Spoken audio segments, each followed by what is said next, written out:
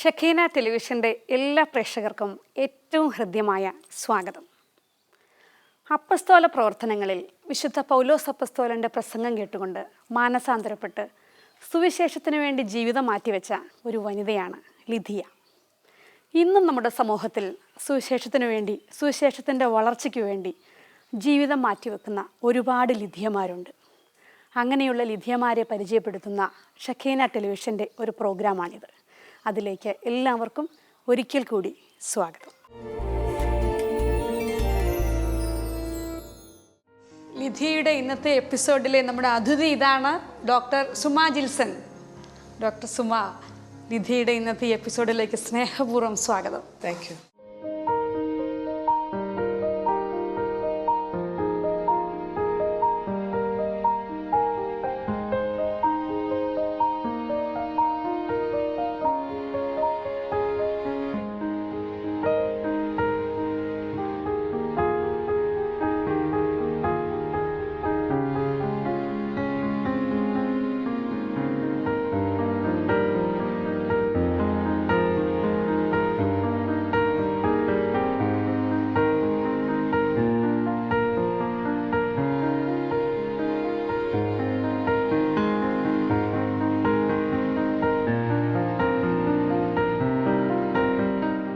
Shekinah ടെലിവിഷൻ്റെ Lydia എന്ന ഈ പ്രോഗ്രാമിൽ പ്രേക്ഷകർക്ക് തീർച്ചയായിട്ടും ഡോക്ടറെയും കുടുംബത്തെയും ഒന്ന് പരിചയപ്പെടാൻ ആഗ്രഹമുണ്ട്.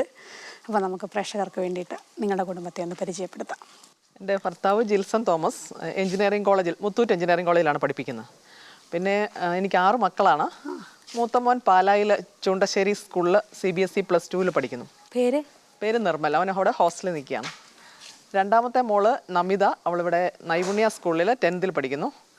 മൂന്നാമത്തെ മോന് അവൻ കിഴക്കമ്പല സെൻറ്റ് ജോസഫ് സ്കൂളിൽ 7th പഠിക്കുക. അവന് ഇവിടെ CBSE സിലബസ് ഫോളോ ചെയ്യാൻ ബുദ്ധിമുട്ടായതുകൊണ്ട് അവനെ എയ്ഡഡ് സ്കൂളിലേക്ക് കഴിഞ്ഞ വർഷം മാറ്റി. പിന്നെ 4ാമത്തെ മോളെ ഏഞ്ചൽ, അവളും 7th തന്നെ പഠിക്കുന്നു. അവൾ നൈപുണ്യയിലാണ്. 5ാമത്തെ മോളെ അലീന, അവൾ നൈപുണ്യയിൽ തന്നെ 4ാം ക്ലാസ്സിൽ പഠിക്കുക. പിന്നെ ചെറിയ കുട്ടി അനിറ്റ, അവൾ UKG നൈപുണ്യയിൽ തന്നെ പഠിക്കുക. അപ്പോൾ 4 പെൺപിള്ളേരും ഇവിടെ നൈപുണ്യ സ്കൂളിൽ പഠിക്കുന്നു. 2 ആൺകുട്ടികളും. അങ്ങനെ 6 മക്കളുള്ള ഒരു അമ്മയുടെ മുമ്പിലാണ് ഞാൻ നിൽക്കുക. ഈ 6 മക്കളുള്ള ഈ ഒരു കുടുംബത്തിൽ ഒത്തിരി ഉത്തരവാദിത്തങ്ങൾക്ക് നടുവിലും ഈശോയ്ക്ക് വേണ്ടി ഒരുപാട് കാര്യങ്ങൾ ചെയ്യുന്നത് എങ്ങനെയാണെന്ന് ഞങ്ങൾക്ക് പ്രേക്ഷകർക്കൊക്കെ കേൾക്കാൻ ഒരുപാട് താല്പര്യമുണ്ട്. എങ്ങനെയാണ് ശരിക്കും ഈ ഒരു വിശ്വാസ ജീവിതത്തിലേക്ക് കടന്നു വന്നതെന്നുള്ളതിൻ്റെ ഒരു തുടക്കത്തിൽ നമുക്ക് തുടങ്ങാം അല്ലേ? ഞാൻ കോട്ടയം മെഡിക്കൽ കോളേജിലാണ് MBBS ഒക്കെ പഠിച്ചത്. അവിടെ ഞങ്ങൾ സെക്കൻഡ് ഇയർ പഠിക്കുമ്പോൾ അവിടെ ഒരു പ്രാർത്ഥനാ ഗ്രൂപ്പൊക്കെ തുടങ്ങി. അപ്പോൾ ഈ കോട്ടയത്ത് എല്ലാവർക്കും അറിയാവുന്ന ഒരു നവജീവൻ തോമസ് ചേട്ടനുണ്ട്, ചോറൊക്കെ കൊടുക്കുന്നു, ഈ പാവങ്ങൾക്കിടയിലൊക്കെ പ്രവർത്തിക്കുന്നു. ആ തോമസ് ചേട്ടൻ എനിക്ക് വേണ്ടി ഒത്തിരി പ്രാർത്ഥിച്ചു. പിന്നെ മഞ്ഞാക്കലച്ചൻ എന്ന് പറഞ്ഞൊരു അച്ഛൻ ഇപ്പോൾ ഓസ്ട്രേലിയയിലുള്ളതാണ്. ആ അച്ഛൻ്റെ ധ്യാനം കൂടാനായിട്ട് ദൈവം ഇടവരുത്തി. അതിൽ കൂടിയാണ് ഞാൻ വിശ്വാസ ജീവിതത്തിലേക്ക് കടന്നു വരുന്നത്. അങ്ങനെ ആ പ്രാർത്ഥനാനുഭവം മെഡിക്കൽ കോളേജ് പഠിക്കുമ്പം തന്നെ കിട്ടിയിരുന്നു. അവിടെ ഞങ്ങൾക്ക് 2 ഗ്രൂപ്പ് ഉണ്ടായിരുന്നു. ജീസസ് യൂത്ത് ഗ്രൂപ്പും ഉണ്ടായിരുന്നു, പിന്നെ ഇൻ്റർ ഡിനോമിനേഷണൽ ഗ്രൂപ്പും ഉണ്ടായിരുന്നു. അപ്പോൾ 2 സ്ഥലത്ത് ഞങ്ങൾ പോയിരുന്നു, പ്രാർത്ഥിച്ചിരുന്നു. പിന്നെ അവിടെ തന്നെ എനിക്ക് MD ചെയ്യാനായിട്ടുള്ള കൃപയും തന്നു. അങ്ങനെ തുടർച്ചയായി 10 വർഷം കോട്ടയം മെഡിക്കൽ കോളേജിൽ നവജീവൻ്റെ തുടക്കം തൊട്ടേ അവിടെ ജീവിക്കാനും പഠിക്കാനും പ്രാർത്ഥനാനുഭവത്തിൽ വളരാനും സാധിച്ചതിന് പ്രധാനപ്പെട്ട ഒരു കാരണം തോമസ് ചേട്ടനും കൂടി കർത്താവ് പ്രവർത്തിച്ചതാണ്. പൗലോസ് അപ്പസ്തോലൻ ലിധിയയുടെ ജീവിതത്തിൽ ഇടപെട്ട പോലെയാണ് തോമസ് ചേട്ടൻ ഡോക്ടർ സുമയുടെ ജീവിതത്തിൽ ഇടപെട്ടത് അല്ലേ? ഡോക്ടർ സുമയുടെ ജീവിതത്തിലെ പൗലോസ് അപ്പസ്തോലൻ തോമസ് ചേട്ടനായിരുന്നു. നിങ്ങൾ എന്തൊക്കെയാണ് നവജീവനിൽ ചെയ്തുകൊണ്ടിരുന്നത്? അന്ന് ഞങ്ങൾ 3rd ഇയറിൽ പഠിക്കുമ്പോഴൊക്കെ തോമസ് ചേട്ടനുമായിട്ട് നല്ല സുഹൃത്ത് ബന്ധവും പ്രാർത്ഥനാ ജീവിതത്തിൽ തോമസ് ചേട്ടൻ എപ്പോഴും സഹായമൊക്കെ ചെയ്യുമായിരുന്നു. നമ്മൾ പ്രാർത്ഥനയിൽ പുറകോട്ട് പോകുമ്പോൾ തോമസ് ചേട്ടൻ നമ്മളെ വീണ്ടും പ്രാർത്ഥനയിലേക്ക്, ഈശോയിലേക്കൊക്കെ നയിക്കും. നമ്മൾ എന്ത് പറഞ്ഞാലും ശരി, തോമസ് ചേട്ടൻ പ്രാർത്ഥനയോടെ ചിരിച്ചോണ്ടേ കേട്ടിട്ടുള്ളൂ. അങ്ങനെ നവജീവൻ ആദ്യമായിട്ട് തോമസ് ചേട്ടൻ പുറത്തൊക്കെ ആയിരുന്നു, ഓരോ വീടുകളിൽ ഭക്ഷണം ഉണ്ടാക്കിയായിരുന്നു കൊടുത്തുകൊണ്ടിരുന്നത്. അപ്പം ഞങ്ങൾ ഹോസ്റ്റലിലൊക്കെ ഒരു നേരം ഭക്ഷണം ഒഴിവാക്കി ആ ഭക്ഷണം പാവങ്ങൾക്ക് കൊടുക്കാൻ വേണ്ടി തോമസ് ചേട്ടൻ പറയും, ഞങ്ങൾ അതുകൊണ്ട് പാവങ്ങൾക്ക് കൊടുക്കും. പിന്നെ തോമസ് ചേട്ടൻ്റെ കൂടത്തിൽ 2 പേഷ്യൻസിനെ ആയിട്ട് പാലായിൽ, എനിക്ക് തോന്നുന്നു പുളിയൻ ഒരച്ഛൻ്റെ സ്ഥാപനത്തിൽ, ഈയിടയ്ക്ക് മരിച്ചുപോയൊരു അച്ഛൻ്റെ സ്ഥാപനത്തിൻ്റെ പേര് ഞാൻ വിട്ടുപോയി. ആ സ്ഥാപനത്തിൽ 2 രോഗികളെ ആയിട്ട് പോയപ്പോൾ തോമസ് ചേട്ടൻ്റെ കൂട്ട് ഞാനും ഇപ്പോൾ ഒമാനിലുള്ള സിനിയും കൂടിയാണ് കൂട്ടത്തിൽ പോയത്. ആ പോകുന്ന വഴിക്ക് തോമസ് ചേട്ടൻ്റെ ഷർട്ടൊക്കെ വണ്ടിയെ കുത്തി കീറി, ദേഹത്ത് മുഴുവൻ ചെളിയൊക്കെ ആയി. പക്ഷേ തോമസ് ചേട്ടൻ അവർ രോഗികളെ കോരിയെടുത്ത് അവിടെ കൊണ്ടാക്കി. അതിനുശേഷം ഒരു മനുഭായി എന്നുള്ളൊരു സ്ത്രീയെ തോമസ് ചേട്ടൻ ഊളംപാറയെ കൊണ്ടാക്കി. അങ്ങനെയാണ് അവരെ വിട്ടിട്ട് വരുമ്പോൾ തോമസ് ചേട്ടൻ ഭയങ്കര വിഷമമുണ്ടായി. അങ്ങനെ നവജീവൻ തുടങ്ങി. ഒരു സ്ഥാപനം വാടകയ്ക്കെടുത്ത് ഈ രോഗികളെ നോക്കാൻ തുടങ്ങി. അപ്പോൾ ഞങ്ങളും പ്രാർത്ഥന വഴിയായും നമ്മളന്ന് പഠിക്കുമ്പോൾ ആ സ്റ്റൈപ്പൻറ്റും ഒന്നും കിട്ടുന്ന കാലഘട്ടമല്ല. പക്ഷെ എന്നാലും ഈ MBBS കഴിഞ്ഞ ഒരു സമയമായിരുന്നല്ലോ. അപ്പോൾ ഈ രോഗികളെ ശുശ്രൂഷിക്കാനും അവരെ ചികിത്സിക്കാനും ഒക്കെ സഹായിക്കാൻ തീർച്ചയായിട്ടും സാധിച്ചിട്ടുണ്ടാവുമല്ലോ. രോഗികളെ അവിടുത്തെ മാനസിക രോഗികളായിരുന്നു, അവർക്ക് കൂടുതലും സൈക്യാട്രിസ്റ്റാണ് ചികിത്സ കൊടുക്കേണ്ടത്. എങ്കിലും ഞങ്ങൾക്ക് അവരോട് പോയി മോറൽ ആയിട്ട് സപ്പോർട്ട് ചെയ്യാനും അവർക്ക് വേണ്ടി ഹെൽപ്പ് ചെയ്യാനായിട്ടൊക്കെ പഠിക്കുന്ന കാലങ്ങളിൽ സാധിച്ചിരുന്നു. തീർച്ചയായിട്ടും നമുക്കറിയാം, പഠിക്കുന്ന കാലങ്ങളിൽ നമുക്ക് ഒത്തിരി കാര്യങ്ങൾ ചെയ്യാനുള്ള സമയമുണ്ട്, സാഹചര്യമുണ്ട്, എല്ലാമുണ്ട്. പക്ഷേ വിവാഹശേഷം ഒരു കുടുംബമായി കഴിഞ്ഞപ്പം ഇപ്പം ഡോക്ടർ ജിൽസനുമൊത്തുള്ള ഒരു ജീവിതത്തിൽ നിങ്ങളുടെ ഒരു വിശ്വാസ ജീവിതം അല്ലെങ്കിൽ കർത്താവിന് വേണ്ടി പല കാര്യങ്ങൾ ചെയ്യാനായിട്ട് സാധിക്കുന്നതൊക്കെ എങ്ങനെയാണ്? ഞങ്ങൾ വിവാഹത്തിന് ശേഷം ഞങ്ങൾ മലപ്പുറം ജില്ലയിലായിരുന്നു. അവിടെ നമുക്ക് തന്നെയായിട്ട് ഒരു നല്ല പള്ളിയൊന്നും ഉണ്ടായിരുന്നില്ല. ഞങ്ങൾക്ക് ഒരു ചെറിയ ഒരു ഷെഡ് പോലത്തെ ഒരു പള്ളിയായിരുന്നു ഉണ്ടായിരുന്നത്. ആ പള്ളി പുതിയതായിട്ട് പുനർനിർമ്മിക്കാനൊക്കെ ഒത്തിരി സഹായിക്കാനായിട്ട് ദൈവം ഞങ്ങളെ ഉപകരണങ്ങളാക്കി. അവിടെ ജീസസ് യൂത്ത് ഗ്രൂപ്പൊക്കെ തുടങ്ങി. അവിടെ അടുത്തുള്ള MES എഞ്ചിനീയറിംഗ് കോളേജും തവനൂർ അഗ്രികൾച്ചർ കോളേജിലെയും കുട്ടികളെയും കൂട്ടി, പിന്നെ അന്ന് CH നിസാർ എന്നീ ഹോസ്പിറ്റലൊക്കെ നേഴ്സിംഗ് സ്കൂളുകളൊക്കെ ഉണ്ടായിരുന്നു, അവിടുത്തെ കുട്ടികളെയും കൂട്ടി പ്രെയർ ഗ്രൂപ്പൊക്കെ ജിൽസൺ നടത്തുമായിരുന്നു. അപ്പോൾ ആ ജീസസ് യൂത്ത് അനുഭവം കുട്ടികൾക്ക് കൊടുക്കാനായിട്ട് അദ്ദേഹത്തിന് സാധിച്ചു. പക്ഷെ അന്ന് എൻ്റെ കുഞ്ഞുങ്ങളൊക്കെ ചെറുതായതുകൊണ്ട് എനിക്കൊരു മോറൽ സപ്പോർട്ട് കൊടുക്കാനേ അന്നൊക്കെ സാധിക്കുമായിരുന്നുള്ളൂ. പിന്നെ എന്തെങ്കിലും ധ്യാനങ്ങളൊക്കെ അറേഞ്ച് ചെയ്യുമ്പോൾ നമ്മൾ കൂടുതൽ ഹെൽപ്പ് ചെയ്യാനും ഷെയർ ചെയ്യാനും ഒക്കെ കൂടെ പോകുമായിരുന്നു. പിന്നെ കുട്ടികളൊക്കെ കുറച്ച് മുതിർന്ന ശേഷമാണ് നമ്മൾ പുറത്തുള്ള ശുശ്രൂഷകൾക്കൊക്കെ കൂടുതലായിട്ട് പോകാനായിട്ട് സാധിച്ചത്. ഡോക്ടറുടെ 6 മക്കളും സിസേറിയനിലൂടെയാണ് അവരെ പുറത്തെടുത്തത്. ഒരു ഡോക്ടർ എന്ന നിലയിൽ ഈ സിസേറിയൻ്റെ കോംപ്ലിക്കേഷൻസ് ഒക്കെ അറിയാമായിട്ടും ഈ 6 സിസേറിയൻ ചെയ്യാനായിട്ട് എങ്ങനെയാണ് ഒരു വില്ലിങ്നെസ്, അതെങ്ങനെയാണ്, അതിനോടൊരു ധൈര്യം വന്നത് എങ്ങനെയാണ്? ഞങ്ങൾ തേർഡ് ഇയറിൽ പഠിക്കുമ്പോൾ ഞങ്ങളുടെ പ്രാർത്ഥനാ ഗ്രൂപ്പിൽ ഒരു ജോർജ് ഏട്ടൻ വന്നു. അദ്ദേഹം ഒരു ബാങ്ക് ജോലിക്കാരനായിരുന്നു. അദ്ദേഹം പറഞ്ഞു, എനിക്ക് ഇപ്പം 3 കുട്ടികളാണുള്ളത്. അപ്പോൾ ഈ കൊച്ചിനെ കാണുമ്പോൾ ആൾക്കാർ ചോദിക്കും, ഇതാണോ ഇളയ കുട്ടി? അപ്പോൾ അദ്ദേഹം പറയും, ഇപ്പോഴത്തെ ഇളയത്. അപ്പോൾ ഞങ്ങൾക്ക് പിടികിട്ടി അദ്ദേഹത്തിൻ്റെ ഭാര്യ പ്രസവം നിർത്തിച്ചിട്ടില്ല എന്ന്. അപ്പോൾ ഞങ്ങൾ കൂട്ടുകാരികൾ നോക്കി അങ്ങോട്ടും ഇങ്ങോട്ടും ഒരു കളിയാക്കി ചിരിയൊക്കെ ചിരിച്ചു. ഈ കാലഘട്ടത്തിൽ 3 പെൺകുട്ടികൾ, അതും പെൺകുട്ടികൾ തന്നെ, അങ്ങനെ ഒരു കുടുംബം നമ്മൾ കേട്ടിട്ടില്ല ആ കാലഘട്ടങ്ങളിൽ. പിന്നത്തെ വർഷം ഞാൻ അദ്ദേഹത്തിൻ്റെ വീട്ടിൽ ചെന്നപ്പം 4ാമത്തെ പെൺകൊച്ച് തൊട്ടി കിടക്കുക. അപ്പോൾ അദ്ദേഹം പല കാര്യങ്ങളും അന്ന് പ്രസംഗിച്ചു. പക്ഷേ ഈ ഒരു കാര്യം മാത്രം എൻ്റെ മനസ്സിൽ കയറി, ദൈവം തന്നെങ്കിൽ ഇനിയും മക്കളെ കുടുംബത്തിൽ സ്വീകരിക്കും, അതാണ് ദൈവാനുഗ്രഹം. 1ാമത്തെ കൽപ്പന അതാണ്. ഉൽപ്പത്തിയിൽ തൊട്ട് കർത്താവ് പറഞ്ഞിരിക്കുന്നത്, നിങ്ങൾ മക്കളെ സ്വീകരിക്കുവിൻ, ലോകം മുഴുവൻ മക്കളെ കൊണ്ട് കീഴടക്കുവിൻ എന്നാണ് പറഞ്ഞിരിക്കുന്നത് എന്നുള്ള ബോധ്യം കിട്ടിയത് അദ്ദേഹത്തിൻ്റെ ആ ഒരു ഷെയറിങ്ങിൽ നിന്നാണ്. കാരണം ബൈബിൾ പറയുന്നുണ്ടല്ലോ, ദൈവത്തിൻ്റെ ദാനമാണ് മക്കൾ, ഉദരഫലം ഒരു സമ്മാനവും എന്നാണ് നമ്മൾ എനിക്ക് തോന്നുന്നു 127 സങ്കീർത്തനത്തിൽ കാണുന്നത്. അപ്പോൾ ആ ഒരു സമ്മാനം സ്വീകരിക്കാൻ നിങ്ങൾ വളരെ സന്തോഷപൂർവ്വം റെഡിയായി. പക്ഷേ നമുക്കറിയാം, ഈ സിസേറിയൻ ചെയ്യുമ്പോൾ ഒരുപാട് റിസ്ക്കുകളൊക്കെ ഉണ്ട്. പക്ഷേ ഒരു ഡോക്ടർ എന്ന നിലയിൽ ആ റിസ്കിൻ്റെ എല്ലാ ബുദ്ധിമുട്ടുകളും അതിൻ്റെ കോംപ്ലിക്കേഷൻസൊക്കെ നന്നായിട്ട് അറിയാവുന്ന ആളുമാണ്. അപ്പോൾ ഈ ഒരു പ്രസൻറ്റ് കണ്ടീഷൻസിൽ എങ്ങനെയാണ് അങ്ങനെ ഒരു ഡിസിഷൻ എടുക്കാനായിട്ട് ഡോക്ടർ ജിൽസൺ എങ്ങനെയായിരുന്നു? അതിനെ സപ്പോർട്ടീവായിരുന്നോ? കുടുംബത്തിൽ എതിർപ്പുകൾ ഉണ്ടായിരുന്നോ? അതൊക്കെ ഒരു എല്ലാവർക്കും അറിയാൻ ആകാംക്ഷയുള്ളൊരു കാര്യങ്ങൾ തന്നെയാണ്. ജിൽസൺ ഒരു വീട്ടിലെ 10ാമത്തെ ആളാണ്. അപ്പം അദ്ദേഹത്തിന് 2 കുട്ടികൾ എന്നായിരുന്നു പുള്ളിയുടെ കാഴ്ചപ്പാട്. പക്ഷേ ഞാൻ കല്യാണം കഴിഞ്ഞപ്പോൾ പറഞ്ഞിരുന്നു, നമുക്കൊരു 1/2 ഡസൻ പിള്ളേരെങ്കിലും വേണം. പുള്ളി അത് തമാശയായിട്ടാണ് സ്വീകരിച്ചത്. പിന്നെ ഹോസ്പിറ്റലിൽ സിസേറിന് വേണ്ടി പോകുമ്പോഴൊക്കെ ഞാൻ ഡോക്ടർ ആയത് കാരണം എന്നോടെ ഡോക്ടേഴ്സൊക്കെ സംസാരിക്കാറുള്ളൂ ഈ കാര്യങ്ങൾ, പ്രസവം നിർത്തുന്ന കാര്യങ്ങളൊക്കെ. അതുകൊണ്ട് അദ്ദേഹത്തിനോടൊന്നും ചോദിക്കാറില്ല, അദ്ദേഹത്തിനൊരു തീരുമാനം എടുക്കാൻ ആ സമയങ്ങളിൽ പറ്റാറില്ല. പക്ഷേ ഞാനത് MBBS കഴിഞ്ഞ് MD കഴിഞ്ഞ് ആദ്യം വർക്ക് ചെയ്ത മുണ്ടക്കയം എന്നുള്ള സ്ഥലത്താണ്. അപ്പോൾ നമ്മുടെ ഒരു കാത്തലിക് ഹോസ്പിറ്റലിൽ തന്നെയാണ് വർക്ക് ചെയ്തിരുന്നത്. അപ്പോൾ അവിടെ സിസേറിയൻ ആണെങ്കിൽ 2 നിർത്തി കൊടുക്കും, മാക്സിമം 3. നോർമൽ ഡെലിവറി ആണെങ്കിൽ 2 3 എത്ര പ്രസവിച്ചാലും ശരി, അവർ നിർത്തില്ല, അങ്ങനെ ഒരു പോളിസിയാണ്. അപ്പോൾ ഞാൻ അവിടെ വർക്ക് ചെയ്യുന്ന ഗൈനക്കോളജിസ്റ്റിനോട് തർക്കിച്ചു, ദൈവം ഒരാൾക്ക് സിസേറിയൻ ആണോ നോർമൽ ഡെലിവറി, അത് ദൈവത്തിൻ്റെ പ്ലാനാണ്. അപ്പം നമ്മളായിട്ടത് ഇൻ്റർഫെയർ ചെയ്യേണ്ട കാര്യമില്ല. കർത്താവ് പ്രസവം നിർത്തണ്ട എന്നാണ് പറയുന്നതെങ്കിൽ സിസേറിയൻ ആണെങ്കിലും നിർത്തേണ്ട ആവശ്യമില്ല, നോർമൽ ആണെങ്കിലും നിർത്തേണ്ട ആവശ്യമില്ല. അപ്പോൾ ഒരു റൂള് തന്നെ 2 തരത്തിൽ വന്നാൽ ശരിയാവില്ലല്ലോ. അപ്പം ഞാൻ അവിടെ വർക്ക് ചെയ്തിരുന്ന ഡോക്ടർ, അവർ സിസ്റ്റർമാരായിരുന്നു, അവരുമായിട്ട് തർക്കിച്ചു. സിസേറിയൻ ആണെങ്കിൽ എന്തിനാണ് നിർത്തുന്നത്, നോർമലാണെങ്കിൽ നിർത്തുന്നില്ല, അതുകൊണ്ട് അത് ശരിയായ നടപടി അല്ലല്ലോ എന്ന് പറഞ്ഞ് അവരോട് ഞാൻ തർക്കിക്കാനിടയായി. പക്ഷേ ഞാൻ എൻ്റെ വിവാഹം കഴിഞ്ഞ് എനിക്ക് സിസേറിയൻ ആവുമെന്ന് അന്ന് എനിക്കറിയില്ല. വിവാഹത്തിന് ശേഷം ആദ്യത്തെ സിസേറിയൻ വന്നു കഴിഞ്ഞപ്പോൾ പിന്നീടൊക്കെ സിസേറിയൻ തന്നെ ചെയ്യേണ്ട വന്നു. അന്ന് അവരോട് തർക്കിച്ചതിന് ദൈവം എന്നോട് തന്നെ എൻ്റെ ജീവിതം കൊണ്ട് അതിനൊരു സാക്ഷ്യമാകാൻ സാധിക്കുമോ എന്നറിയാൻ വേണ്ടി എനിക്കൊരു ചലഞ്ചിങ് ജീവിതത്തിൽ തന്നു എന്ന് വേണമെങ്കിൽ പറയാം. സാധാരണ ഈ സിസേറിയൻ ചെയ്ത് കഴിഞ്ഞാൽ നടുവിന് വേദന വരും, അങ്ങനെ പ്രശ്നമുണ്ട്, ഇങ്ങനെ പ്രശ്നമുണ്ടെന്നൊക്കെ പറഞ്ഞ് കേൾക്കാറുണ്ട്. പക്ഷേ 6 സിസേറിയൻ ചെയ്തിട്ടും ഡോക്ടർ സുമ ഇന്നും വളരെ ആരോഗ്യവതിയാണ്, ശരിയല്ലേ? എനിക്കിതുവരെ അങ്ങനത്തെ പ്രശ്നങ്ങളൊന്നും ഇന്നേ വരെ വന്നിട്ടില്ല. 6 സിസേറിയൻ കഴിഞ്ഞു. പിന്നെ അത് കൂടാണ്ട് ഒരു ട്യൂബൽ പ്രഗ്നൻസി വന്നു, അതിനും സർജറി കഴിഞ്ഞാണ്. പിന്നെ വേറൊരു സർജറി ബ്രസ്റ്റിനും വന്നു. മൊത്തം 8 സർജറികൾ കഴിഞ്ഞു. 6 സിസേറിയനും ചെയ്തത് സ്പൈനൽ, നടുവിന് സൂചി കുത്തിയ. പക്ഷെ എനിക്ക് നടുവേദനയോ തലവേദനയോ അങ്ങനത്തെ ബുദ്ധിമുട്ടുകളൊന്നും പിന്നീട് ഉണ്ടായിട്ടില്ല.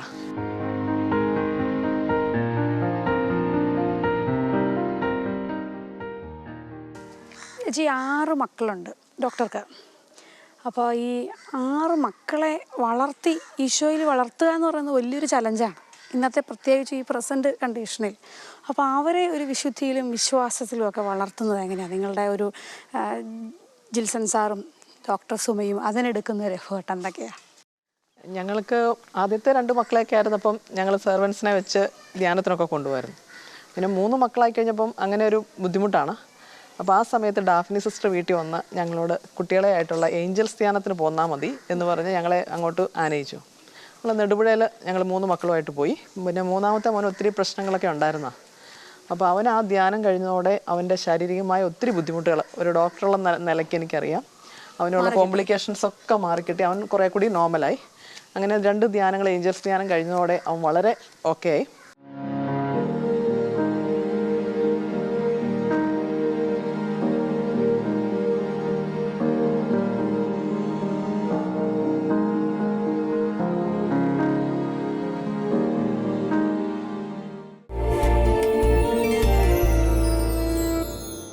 ഡോക്ടർ ഒരുപാട് കാര്യങ്ങൾ ചെയ്യുന്നുണ്ട്, പ്രത്യേകിച്ച് വീട്ടിൽ ഒരുപാട് തിരക്കുകളുണ്ട്, മക്കളുടെ കാര്യങ്ങളെല്ലാം. അല്ലാതെ പ്രോ ലൈഫിൻ്റെ കാര്യങ്ങൾ ചെയ്യുന്നുണ്ട്, സഭയുടെ പല മേഖലകളിലും ക്ലാസ്സുകളൊക്കെ എടുക്കാൻ പോകുന്നുണ്ട്. എങ്ങനെയാണ് ഈ സമയം കണ്ടെത്തുന്നത് ഇത്രയും കാര്യങ്ങളൊക്കെ ചെയ്യാനായിട്ടുള്ള ഒരു? നമുക്കറിയാം സമയം നന്നായി ക്രമപ്പെടുത്തിയെങ്കിൽ മാത്രമേ നമുക്ക് അങ്ങനെ ചെയ്യാനായിട്ട് സാധിക്കുകയുള്ളൂ. അപ്പോൾ അതെങ്ങനെയാണ് കണ്ടെത്തുക? അത് ഞാൻ മിക്കവാറും അവർ സംഘാടകർ സമയം നേരത്തെ പറയും. അപ്പോൾ അതനുസരിച്ച് നമ്മൾ കുക്കിങ്ങും ബാക്കി കാര്യങ്ങളൊക്കെ അഡ്ജസ്റ്റ് ചെയ്ത് വെക്കും. പിന്നെ കുട്ടികൾ സ്കൂൾ വിട്ട് വരുമ്പോൾ എൻ്റെ മമ്മി വീട്ടിലുള്ളപ്പം മമ്മി അവരുടെ കാര്യങ്ങളൊക്കെ കെയർ ചെയ്യുന്നതുകൊണ്ട് എനിക്ക് ആ ഒരു ടെൻഷൻ ആ സമയത്ത് ഒഴിവാകും. ബാക്കിയെല്ലാം നമ്മൾ നേരത്തെ തന്നെ തയ്യാറാക്കി വെച്ചിട്ടാണ് പോകുന്നത്. അപ്പോൾ തിരിച്ചു വരുമ്പോൾ കുട്ടികൾ എല്ലാ കാര്യങ്ങളും അവർ കുളിയൊക്കെ കഴിഞ്ഞ് പുസ്തകമൊക്കെ എടുത്ത് പഠിക്കാനൊക്കെ തുടങ്ങിയിട്ടുണ്ടാവും. അപ്പോൾ എനിക്ക് അങ്ങനെ ഒരു ബുദ്ധിമുട്ടായിട്ട് തോന്നാറില്ല. നമുക്കറിയാം പലർക്കും ഇന്ന് ഒരു കുട്ടിയേ ഉള്ളൂ, അല്ലെങ്കിൽ ചിലർക്ക് 2 കുട്ടികളേ ഉള്ളൂ. എങ്ങനെയാണ് കൂടുതൽ കുട്ടികളെ വളർത്താൻ സാധിക്കുക എന്നുള്ളതൊക്കെ അവർക്ക് വലിയൊരു ടെൻഷനാണ്. അല്ലെങ്കിൽ അതൊക്കെ ബുദ്ധിമുട്ടല്ല, അതിനുള്ള സമയമുണ്ടോ എന്നൊക്കെ ചോദിക്കുന്നിടത്ത് 6 മക്കളെ വളർത്തിയ ഒരു അമ്മ എന്ന രീതിയിൽ ഈ ഒരു യുവതലമുറയോട് എന്താണ് ഡോക്ടർക്ക് പറയാനുള്ളത്? സത്യം പറഞ്ഞാൽ എനിക്ക് 2-3 മക്കളായിരുന്ന കാലഘട്ടങ്ങളിലൊക്കെ എനിക്ക് സമയം വളരെ കുറവായിരുന്നു. ഇപ്പം മക്കളുടെ എണ്ണം കൂടിയപ്പം എനിക്ക് സത്യം പറഞ്ഞു കഴിഞ്ഞാൽ വീട്ടിൽ എനിക്ക് കുറച്ചുകൂടി ബുദ്ധിമുട്ട് കുറയുകയാണ് ചെയ്തത്. പിന്നെ കുട്ടികൾ കുറച്ചുകൂടി മുതിർന്നു കഴിഞ്ഞപ്പോൾ നമുക്ക് കുറേയേറെ കാര്യങ്ങളിൽ ചെയ്യാനും പ്രവർത്തിക്കാനുള്ള സമയം കൂടുതൽ കിട്ടാൻ തുടങ്ങി. സത്യം പറഞ്ഞാൽ 2-3 മക്കളെ വളർത്തുക വളരെ ബുദ്ധിമുട്ടാണ്. 4-5 ആയി കഴിയുമ്പോൾ കുറച്ചുകൂടി ഈസിയാവും. 6 മക്കളായി കഴിഞ്ഞപ്പോഴാണ് സത്യം എനിക്ക് ഏറ്റവും കൂടുതൽ ജീവിതത്തിൽ റിലാക്സേഷൻ വന്നത് ഇപ്പോഴാണെന്ന് വേണമെങ്കിൽ പറയാം. നമുക്കറിയാം നമ്മുടെ ജീവിതത്തിൽ നമ്മൾ കർത്താവിന് വേണ്ടി ഇറങ്ങിത്തിരിക്കുമ്പം അല്ലെങ്കിൽ എന്തെങ്കിലും തമ്പുരാൻ്റെ ഒരു കൽപ്പന പാലിക്കാനായിട്ട് അത്ര സ്മൂത്തായിട്ടൊന്നും ജീവിതത്തിൽ കാര്യങ്ങൾ പോവില്ല. പ്രത്യേകിച്ചും ഈ 6 സിസേറിയൻ ചെയ്ത വ്യക്തി എന്ന നിലയിൽ ഡോക്ടർക്ക് ഒരുപാട് സഹനങ്ങളുണ്ടായിട്ടുണ്ട്. അപ്പോൾ ഈ ഒരു കാലഘട്ടത്തിൽ എങ്ങനെയാണ് ഇതിനെ ഒന്ന് തരണം ചെയ്തു പോയത്? കർത്താവിൻ്റെ സ്നേഹമാണ് നയിച്ചത് എന്നുള്ളത് ഉറപ്പാണ്, അല്ലെങ്കിൽ നമുക്കൊരിക്കലും അങ്ങനെ ഒരു സഹനം ഏറ്റെടുക്കാൻ പറ്റത്തില്ല. അപ്പോൾ അതൊക്കെ എങ്ങനെയായിരുന്നു? എൻ്റെ 6 മക്കളിൽ 5 പേരും മാസം തികയാത്തവരായിരുന്നു. അപ്പോൾ എനിക്ക് ഇന്നറിയാം എന്നെ ദൈവം എന്തിനാണ് ഒരു പീഡിയാട്രീഷ്യൻ ആക്കിയത്. കാരണം മാസം തികയാത്ത കുഞ്ഞുങ്ങളെ തന്നാലും വളർത്താനായിട്ടുള്ള ഒരു കൃപ തരാൻ വേണ്ടിയാണ് എന്നെ ഒരു പീഡിയാട്രീഷ്യൻ ആക്കിയതെന്ന് എനിക്കിപ്പോൾ തിരിച്ചറിവ് കിട്ടിയിട്ടുണ്ട്. പിന്നെ തമ്പുരാൻ ആദ്യം കൊടുത്ത കൽപ്പന പാലിക്കണമെന്നുള്ള ഒരു ബോധ്യം ഉള്ളിൽ കിടപ്പുണ്ടായിരുന്നു. അപ്പോൾ ആദ്യത്തെ മോന് 2 കിലോ വെയിറ്റ് ഉണ്ടായിരുന്നുള്ളൂ. അവനെയും കൊണ്ട് ഒത്തിരി ബുദ്ധിമുട്ടൊക്കെ വന്നു. 2ാമത്തെ മോക്ക് മാത്രം 2.8 കിലോ തൂക്കമായിരുന്നു. 3ാമത്തെ മോൻ വന്നപ്പം 1.2. ആ കുട്ടി സർവൈവ് ചെയ്യാൻ വളരെ പാടുപെട്ടു. നന്നായിട്ട് നമുക്ക് സാമ്പത്തിക ബുദ്ധിമുട്ട് വന്നു. എങ്കിലും ഞങ്ങൾ കർത്താവിനോട് ചേർന്ന് നിന്നു. അവനെ 3 മാസം കഴിഞ്ഞിട്ടാണ് അവൻ പാലൊക്കെ വലിച്ചു കുടിക്കാൻ തന്നെ തുടങ്ങിയത്. ആദ്യത്തെ 2 മാസത്തോളം നമുക്ക് ഈ 2 മണിക്കൂർ ഇടവിട്ട് പാല് പിഴിഞ്ഞ് കോരിക്കൊടുത്ത് അവനെ ഉറങ്ങാൻ പറ്റിയിട്ടില്ല. നമുക്കൊന്ന് ഫാൻ ഇടാൻ പോലും സാധിച്ചിട്ടില്ല. മുറിക്ക് അകത്ത് തന്നെ ജനലും വാതിലും ഒക്കെ അടച്ച് അവൻ്റെ ടെമ്പറേച്ചറൊക്കെ മെയിൻറ്റെയിൻ ചെയ്തും അവനെ കൊണ്ട് നല്ലതായിട്ട് ബുദ്ധിമുട്ടേണ്ടി വന്നു. പക്ഷേ ഈ ബുദ്ധിമുട്ടുകൾക്കിടയിലും ഒരു അമ്മ എന്നുള്ളൊരു സന്തോഷം മനസ്സിൽ എന്താണ് ശരിക്കും? ഇങ്ങനെയൊക്കെ പലരും ചിന്തിക്കും, എന്തിനാണ് നമ്മളിങ്ങനെ കഷ്ടപ്പെടുന്നത്, 1-2 കുട്ടികൾ പോരെ, ഈ ആവശ്യമില്ലാത്ത ഈ കഷ്ടപ്പാടുകൾ എന്തിനാണ് എന്ന് പലരും ചോദിച്ചിട്ടില്ലേ? അല്ല, അവർ 3ാമത്തെ കഴിഞ്ഞപ്പോൾ ഞാൻ പ്രസവം നിർത്തുമെന്നാണ് എൻ്റെ ബന്ധുക്കളൊക്കെ വിചാരിച്ചത്, സുഹൃത്തുക്കളും. അപ്പോഴും ഞാൻ നിർത്താതിരുന്നു കഴിഞ്ഞപ്പോൾ അവർക്ക് ഇതെന്താണെന്ന് പിടികിട്ടുന്നില്ല. പക്ഷേ എനിക്ക് കൂടുതൽ മക്കളെ ദൈവം തരുമ്പോൾ ആ മക്കളെ സ്വീകരിച്ചില്ലെങ്കിൽ പിന്നീട് നമുക്ക് നമ്മളുടെ ജീവിത സാഹചര്യങ്ങൾ ഓക്കെ ആയിട്ട് സ്വീകരിക്കാം എന്ന് വിചാരിച്ചാൽ ചിലപ്പം കിട്ടണം എന്നില്ല. അപ്പം കർത്താവ് തരുമ്പോൾ സ്വീകരിക്കണം എന്നുള്ളൊരു ബോധ്യം എൻ്റെ മനസ്സിൽ കിടപ്പുണ്ടായിരുന്നു. അത് കർത്താവിൻ്റെ ആ കൃപയാൽ അത് ഉറച്ചു നിന്നതുകൊണ്ട് എല്ലാ പ്രശ്നങ്ങളെയും തരണം ചെയ്യാനായിട്ടുള്ള കൃപ ദൈവം തന്നു എന്ന് വേണമെങ്കിൽ പറയാം. അപ്പോൾ ഈ മൂന്നാമത്തെ കൊച്ചിനെ കൊണ്ട് ഞാൻ വളരെയേറെ ബുദ്ധിമുട്ടി. നാലാമത് പ്രഗ്നൻ്റ് ആയപ്പോൾ എനിക്കൊരു കൗൺസിലർ, അദ്ദേഹം കൃത്യമായിട്ട് ഞാൻ അദ്ദേഹത്തോട് ചോദിച്ചപ്പം പുള്ളി പറഞ്ഞു, പ്രസവം നിർത്തേണ്ട, കർത്താവിന് അത് താല്പര്യമില്ല, കണ്ടിന്യൂ ചെയ്യാനായിട്ടാണ് പറഞ്ഞത്. അപ്പോൾ അന്ന് എൻ്റെ ഹസ്ബൻഡും എൻ്റെ വീട്ടുകാരും എല്ലാവരും പ്രസവം നിർത്താനായിട്ട് നിർബന്ധിക്കുമ്പോൾ ഒരേ ഒരു വ്യക്തി മാത്രമേ എന്നോട് ഇത് ദൈവഹിതമല്ല നിർത്തുന്നത്, അതുകൊണ്ട് കണ്ടിന്യൂ ചെയ്യുക എന്ന് എനിക്കൊരു മോറൽ സപ്പോർട്ടൊന്നും ഒരു വ്യക്തി ഉണ്ടായിരുന്നു. 4ാമത്തെ കുട്ടിയാണ് ഏഞ്ചൽ. എനിക്ക് തോന്നുന്നു നിങ്ങളുടെ മക്കളിൽ വളരെ മിടുക്കിയായിട്ടുള്ള ഒരാളാണ്. അതെ, ഏഞ്ചൽ പഠനത്തിലും ആക്ടിവിറ്റീസിലും ഒക്കെ വളരെ മിടുക്കിയാണ്. അത് 3ാമത്തെ മോള് മാസം തികയാത്തോ ഒത്തിരി ബുദ്ധിമുട്ടും ഒക്കെ മകൻ ഒക്കെ ഉണ്ടായിരുന്നത് കൊണ്ട് അവന് 9 മാസമായപ്പോൾ ഞാൻ 4ാമത്തെ ഗർഭിണിയായി. അപ്പോൾ ഇവർ തമ്മിലുള്ള ഗ്യാപ്പ് വളരെ കുറവായപ്പോൾ ആദ്യം എല്ലാവർക്കും ഭയങ്കര ബുദ്ധിമുട്ടും വിഷമമൊക്കെ ആയിരുന്നു, ബന്ധുക്കൾക്കൊക്കെ. പക്ഷെ പിന്നീടാണ് എനിക്ക് മനസ്സിലായത് രണ്ടുപേരെ ഒരേ ക്ലാസ്സിൽ ചേർക്കാൻ പറ്റി. ഇവനുള്ള കുറവ് പരിഹരിക്കാനായിട്ടുള്ള കൂടുതൽ പൊട്ടൻഷ്യൽ 4ാമത്തൊക്കെ തന്നാണ് തമ്പുരാൻ ഉടനെ തന്നെ അടുത്ത കുഞ്ഞിനെ തന്നു. അപ്പോൾ അവർ രണ്ടുപേരും ഇപ്പോൾ 7ാം ക്ലാസ്സിലാണ്. അവൾക്ക് കുറച്ചുകൂടി കഴിവ് കൂടുതൽ കൊടുത്തു. അതുകൊണ്ട് ഇവന്റെ പല പ്രശ്നങ്ങളെയും തരണം ചെയ്യാനായിട്ട് സഹായിക്കുകയൊക്കെ ചെയ്തിരുന്നു. മനുഷ്യൻ എന്ന് കാണുന്നു, ദൈവം പക്ഷെ മറ്റൊന്ന് കരുതുന്നു എന്നുള്ളതിൻ്റെ ഒരു തെളിവാണത്. അല്ലെങ്കിൽ അടുത്തടുത്ത പ്രഗ്നൻസികൾ വരുമ്പം എല്ലാവരും ക്രിട്ടിസൈസ് ചെയ്യാറുണ്ട്. തീർച്ചയായിട്ടും അങ്ങനെ ഒരു ക്രിറ്റിസിസം കിട്ടിയിട്ടുണ്ടോ? തീർച്ചയായിട്ടും ഉണ്ട്. കാരണം എൻ്റെ 4ാമത്തെ കൊച്ചു തൊട്ട് എല്ലാവരും നമ്മൾക്ക് എതിരായിരുന്നു. പിന്നെ അന്നൊക്കെ മൊബൈൽ ഫോൺ ആയി വരുന്ന കാലഘട്ടമാണ്. അപ്പം നമ്മൾക്ക് അറിയത്തില്ലാത്തവരും നമ്മൾക്ക് വർഷങ്ങൾക്ക് മുമ്പ് സംസാരിച്ചതുമായ ഡോക്ടേഴ്സ്, പ്രത്യേകിച്ച് ഗൈനക്കോളജിസ്റ്റുകളൊക്കെ എന്നെ വിളിച്ച് വഴക്ക് പറയാനും അഡ്വൈസ് ചെയ്യാനൊക്കെ തുടങ്ങി. നിർത്തണം. അങ്ങനെ എനിക്ക് 5ാമത് വീണ്ടും കുഞ്ഞായി. അപ്പോൾ ആ 5ാമത്തെ മോളുടെ തലയിൽ 2 സിസ്റ്റ് ഉണ്ടായിരുന്നു, മുഴ. അത് 5 മാസമായപ്പോൾ പ്രാർത്ഥനയിൽ അത് കംപ്ലീറ്റ് മാറി. ഗർഭിണിയായിരിക്കുമ്പം തന്നെ അടുത്ത സ്കാനിങ്ങിൽ കുഴപ്പമില്ലാത്ത ഒരു സ്കാൻ റിപ്പോർട്ടാണ് കിട്ടിയത്. അവളെ എനിക്ക് ജൂലൈ 13 റോസാമിസ്റ്റിക് മാതാവിൻ്റെ പെരുന്നാൾ ദിവസം തന്നെ എനിക്ക് കുഞ്ഞിനെ കിട്ടി.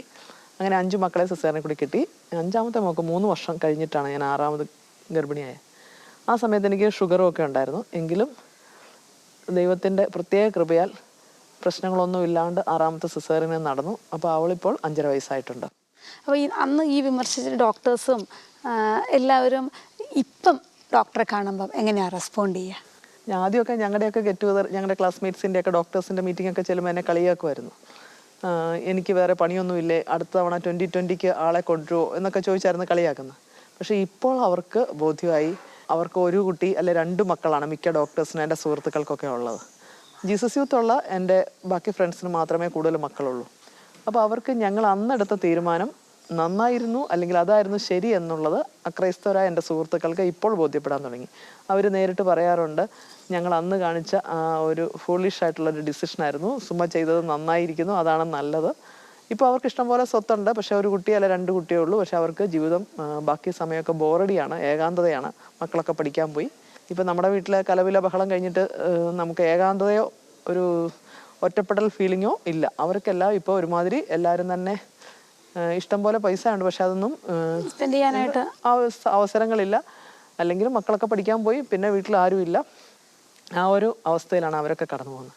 നമ്മുടെ ഈ പ്രോഗ്രാം ലിദിയ എന്ന് പറയുന്ന ബൈബിളിലെ വനിതയെക്കുറിച്ചാണ്, അല്ലെങ്കിൽ ഇന്നത്തെ ലിദിയമാരെ കുറിച്ചുള്ളൊരു പ്രോഗ്രാമാണ്. പൗലോസ് അപ്പോസ്തലൻ്റെ പ്രസംഗം വഴി മനസാന്തരപ്പെട്ട ലിദിയ ഒരുപാട് കാര്യങ്ങൾ സുവിശേഷ പ്രഘോഷണത്തിനായിട്ട് ചെയ്തു. ഡോക്ടർ സുമ എന്ന് പറയുന്ന ലിദിയ വലിയ പ്രഘോഷണങ്ങളെക്കാളേറെ എനിക്ക് തോന്നുന്നു ജീവൻ്റെ ഒരു സുവിശേഷം കൊടുക്കാനായിട്ടാണ് സാധിച്ചിട്ടുള്ളത്. അപ്പോൾ ഇന്നത്തെ ഈ ഒരു പ്രസൻറ്റ് വേൾഡിൽ ഡോക്ടർ സുമയുടെ വാക്കുകൾ കേട്ടാൽ തീർച്ചയായിട്ടും ഇങ്ങനെയൊരു ജീവൻ്റെ മഹത്വം ഉണ്ടാവണം എന്ന് മറ്റുള്ളവർക്ക് തോന്നണം. എന്താണ് ശരിക്കും ഇന്നത്തെ ഈ ഒരു യുവതലമുറയോട് ഡോക്ടർക്ക് പറയാനുള്ളത് എന്താണ്? ഇപ്പം ഞങ്ങൾ ഹോസ്പിറ്റലിലെ ഡോക്ടേഴ്സൊക്കെ 2 സിസേറിയൻ ആകുമ്പോൾ പീഡിയാട്രിഷനെ ഓപ്പറേഷൻ തിയേറ്ററിലേക്ക് വിളിപ്പിക്കും. എന്നിട്ട് കുട്ടിയെ പരിശോധിച്ചിട്ട് ഞങ്ങളോട് പ്രസവം നിർത്തട്ടെ എന്ന് ചോദിക്കും. അപ്പോൾ 2ാമത്തെ സിസേറിയനിൽ കുട്ടിക്ക് കുഴപ്പമില്ലെങ്കിൽ 99% ആൾക്കാരും നിർത്തുന്നതായിട്ടാണ് കാണുന്നത്. ഒരിക്കലും ഒരു ഡോക്ടർക്കും ഒരു പീഡിയാട്രീഷ്യനും ഒരു എക്സ്പേർട്ട് നിയോനറ്റോളജിസ്റ്റിനും കുട്ടിയെ ജനിച്ച ഉടനെ പരിശോധിച്ചിട്ട് കുഴപ്പമില്ല എന്ന് പറയാൻ 100% ഗ്യാരണ്ടി കൊടുക്കാൻ പറ്റില്ല. കാരണം ഇന്നത്തെ പ്രസന്റ് കണ്ടീഷൻ അനുസരിച്ച് ഇവരൊക്കെ എന്തോരം അപകടങ്ങളും കാര്യങ്ങളുമാണ് നടക്കുക. നമുക്ക് ഒരിക്കലും അങ്ങനെ പറയാൻ പറ്റില്ലല്ലോ. അതും പറയാൻ പറ്റില്ല. പിന്നെ ചില ജന്മനാ ഉള്ള അസുഖങ്ങൾ പോലും ചിലത് വെളിപ്പെടുന്നത് ഒരു 6 വീക്സ് കഴിഞ്ഞിട്ട്, അല്ലെ 2 മാസം കഴിഞ്ഞ്, ചിലപ്പോൾ 1 വയസ്സായിട്ടൊക്കെ ആയിരിക്കും. അപ്പോൾ ഒരിക്കലും ഒരു കുഞ്ഞിൻ്റെ ആരോഗ്യത്തിന് ഒരു ഡോക്ടർക്ക് ഗ്യാരണ്ടി കൊടുക്കാൻ പറ്റില്ല. പക്ഷേ ഈ ഡോക്ടറുടെ സർട്ടിഫിക്കറ്റ് ഉണ്ട്, ഡോക്ടർ കുഴപ്പമില്ല എന്ന് പറഞ്ഞ് പ്രസവം നിർത്തിക്കാനായിട്ടാണ് പല ഹോസ്പിറ്റലുകളും പല പേരൻസും മക്കളെ നിർബന്ധിക്കുന്നത്. അപ്പോൾ അത് വളരെ തെറ്റായ ഒരു കാഴ്ചപ്പാടാണ്. നമ്മളത് തീർച്ചയായിട്ടും തിരുത്തണം. ഒരു കാരണവശാലും ഇമ്മീഡിയറ്റ്ലി ആഫ്റ്റർ ഡെലിവറി അല്ലെങ്കിൽ സിസേറിയൻ കഴിഞ്ഞ് കൊച്ചൊക്കെ ആണെന്ന് പറഞ്ഞ് പ്രസവം നിർത്തുക. പിന്നെ അധാർമികമായ ധാരാളം കാര്യങ്ങൾ നമ്മുടെ സഭാമക്കൾ ഇന്ന് ചെയ്തു കൂട്ടുന്നുണ്ട്. പ്രത്യേകിച്ച് മക്കളില്ലാത്തവർ. അവർ പലരും ചിലപ്പോൾ അന്യൻ്റെ ബീജം ഉപയോഗിച്ച് കുഞ്ഞുങ്ങളെ സൃഷ്ടിക്കുന്നുണ്ട്, അല്ലെങ്കിൽ അന്യൻ്റെ അണ്ടം ഉപയോഗിച്ച് സൃഷ്ടിക്കുന്നുണ്ട്. ഇതൊന്നും കൂടാണ്ട് വാടക ഗർഭപാത്രത്തിൽ കുഞ്ഞിനെ വളർത്തുന്നവരുമുണ്ട്. അപ്പം കൃത്രിമമായ ഒരുപാട് കാര്യങ്ങൾ, IVF ടെസ്റ്റ് ട്യൂബ് ശിശു എന്നൊക്കെ പറയും. ഇതൊക്കെ ചെയ്യുന്നത് നമ്മൾ സഭയ്ക്കും വിശ്വാസത്തിനും വചനത്തിനും എതിരാണ് എന്നുള്ള ബോധ്യം സാമാന്യ ജനത്തിന് ഇല്ല. നമ്മൾ ഈ പ്രീകാന ക്ലാസ്സിൽ ഇതൊക്കെ പറഞ്ഞു കൊടുക്കുമെങ്കിലും അതൊന്നും വന്ധ്യത അനുഭവിക്കുമ്പോൾ ഇവരിതൊന്നും ശ്രദ്ധിക്കില്ല. കാരണം അവരുടെ കാര്യം മതി, അവർക്ക് മക്കളെ കിട്ടിയാൽ മതി എങ്ങനെയെങ്കിലും. അപ്പോൾ അതിനെതിരെ ശക്തമായിട്ട് പ്രവർത്തിക്കണം, പ്രാർത്ഥിക്കണം, അവർക്ക് ബോധ്യങ്ങൾ കൊടുക്കണം എന്നുള്ള ആ ഒരു ദൈവിക ചിന്തയും ആ പ്രേരണയും ഇപ്പോഴും എൻ്റെ മനസ്സിലുണ്ട്. ഒരു ഡോക്ടർ എന്നുള്ള നിലയ്ക്ക്, ഒരു അമ്മ എന്നുള്ള നിലയ്ക്ക്, 6 മക്കളെ, മാസം തികയാത്ത മക്കളെ വളർത്തിയ അമ്മ എന്ന നിലയ്ക്കും എനിക്ക് കിട്ടിയ ദൈവാനുഭവങ്ങൾ എന്നിൽ മാത്രം ഒതുങ്ങി വെച്ചിട്ട് കാര്യമില്ല. ഇത് സമൂഹം അറിയാത്തതുകൊണ്ടാണ് ഒത്തിരിയേറെ പേര് വളരെയേറെ വിഷമത്തിലും ബുദ്ധിമുട്ടിലൊക്കെ കഴിയുന്നതെന്ന് മനസ്സിലായി ഞാനിതെല്ലാം എഴുതാൻ തുടങ്ങി. അത് ആദ്യത്തെ ബുക്ക് ഒരു 3 വർഷം മുമ്പ് ജീവൻ്റെ വില എന്നൊരു ബുക്ക് അത് പബ്ലിഷ് ചെയ്യാനായിട്ട് ദൈവം ഇടയാക്കി. അതിനുശേഷം രണ്ടാമത് ജീവൻ്റെ സമൃദ്ധി എന്ന ബുക്ക് ഈ 3 മാസം മുമ്പ് പബ്ലിഷ് ചെയ്തു.